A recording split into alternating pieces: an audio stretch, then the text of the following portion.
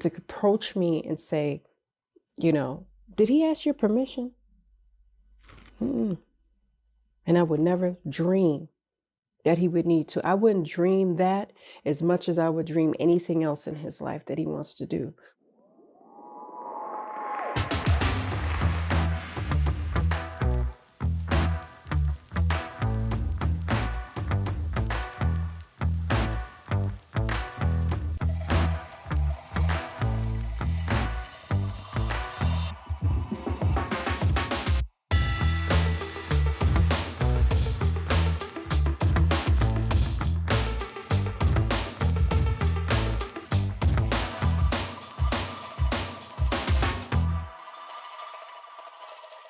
Assalamu alaikum, peace. It's Fatimah, Coach Fatimah, 1/3 of Outstanding Personal Relationships and co-author of the new book, Let's Talk Polygamy Uncensored.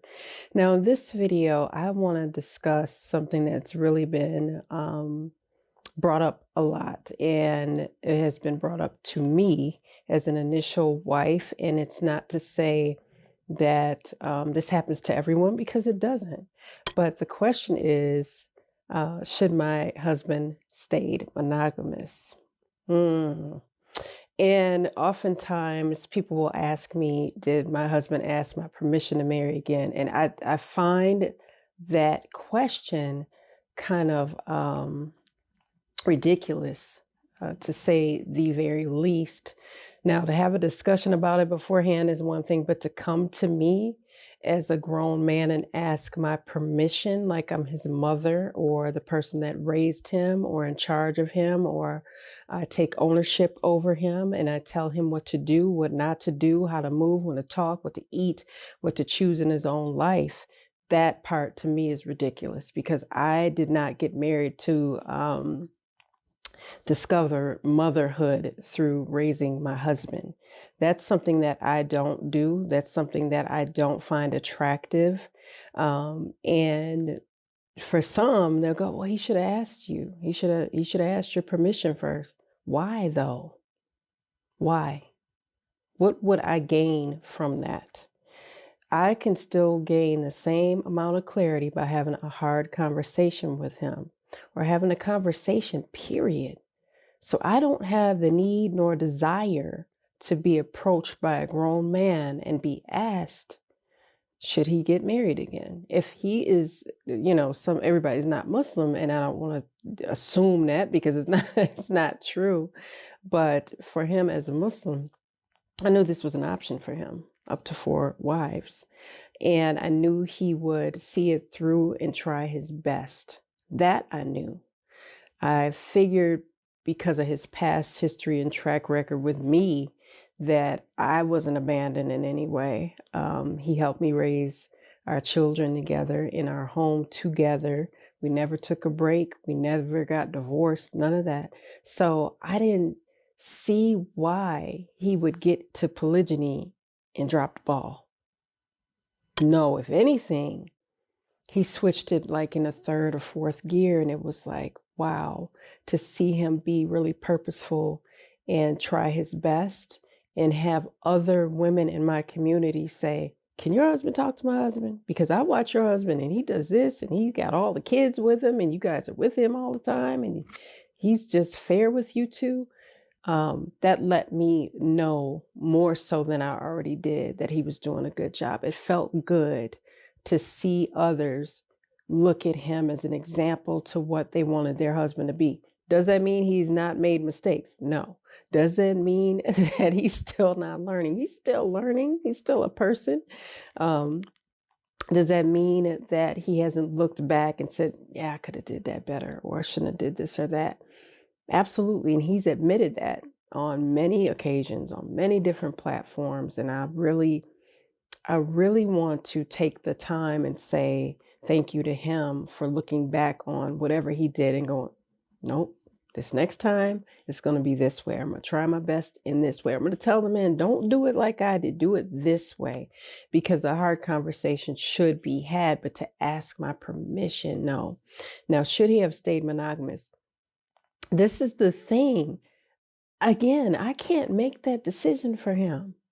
I can't.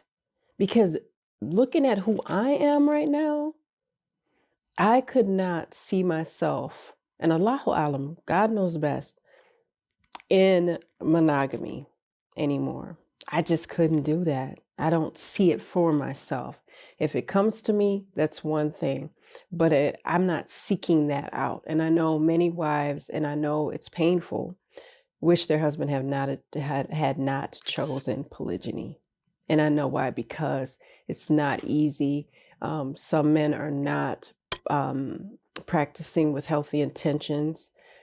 Some have not figured it out yet, and that's where we offer some grace and say, he's got to figure it out. I got to figure it out.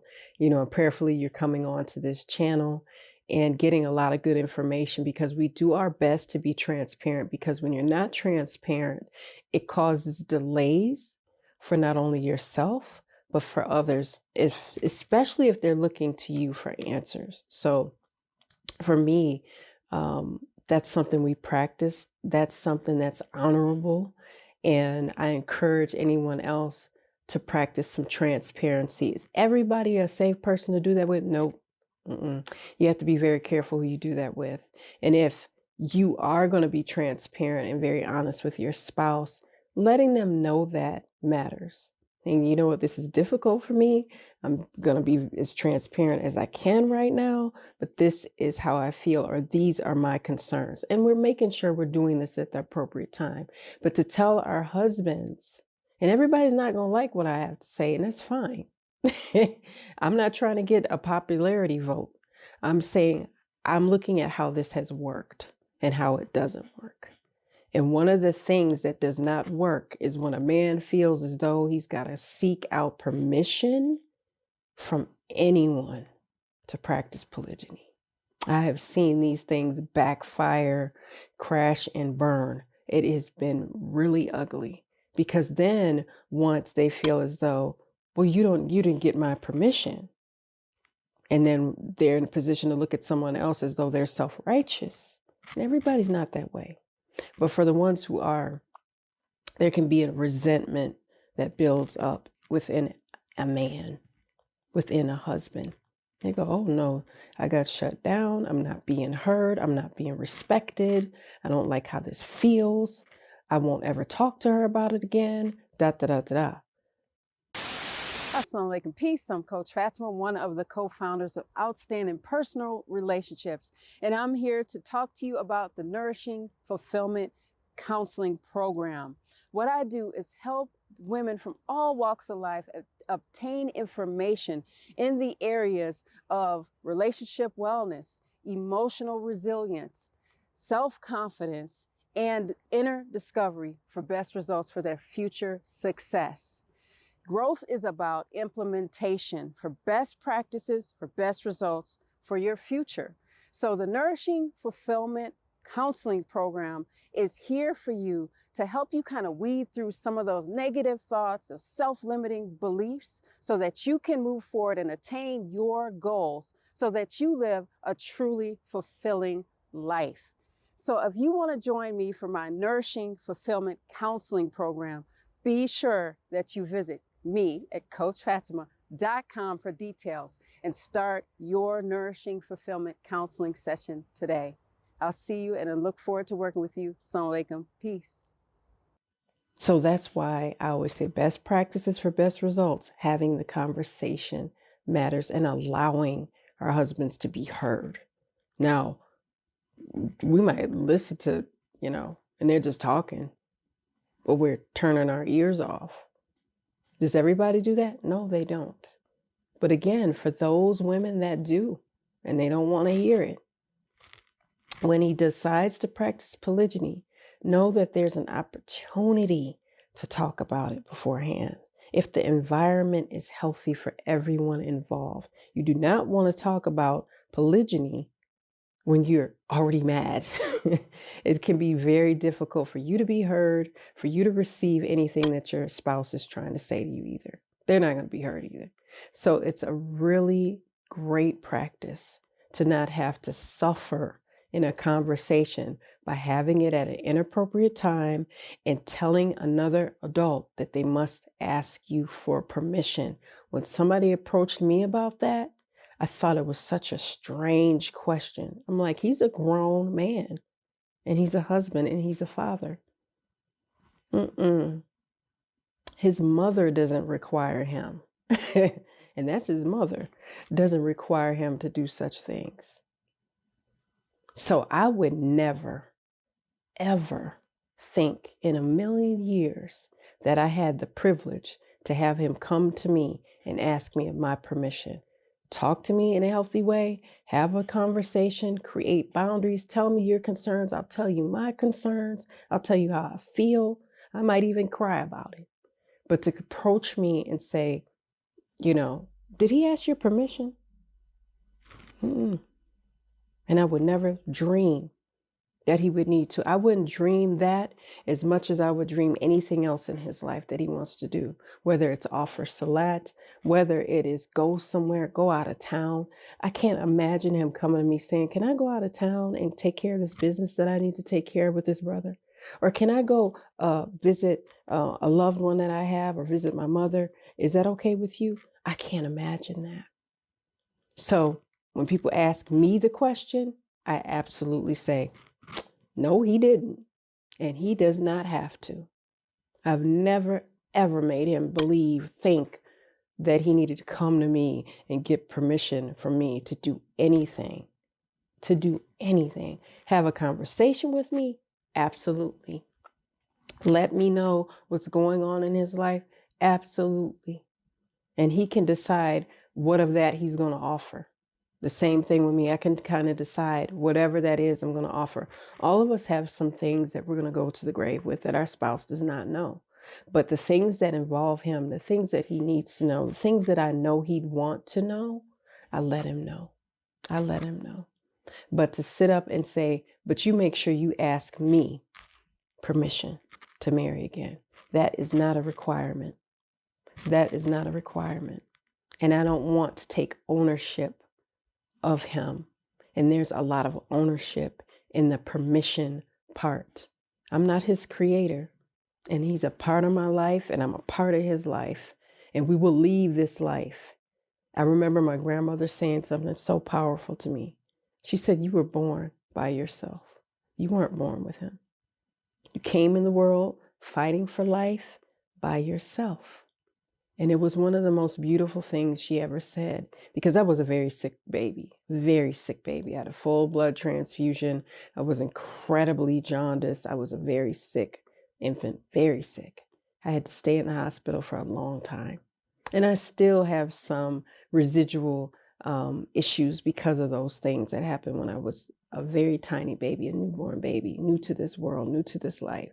So when she said that to me, she was telling me to create a separation.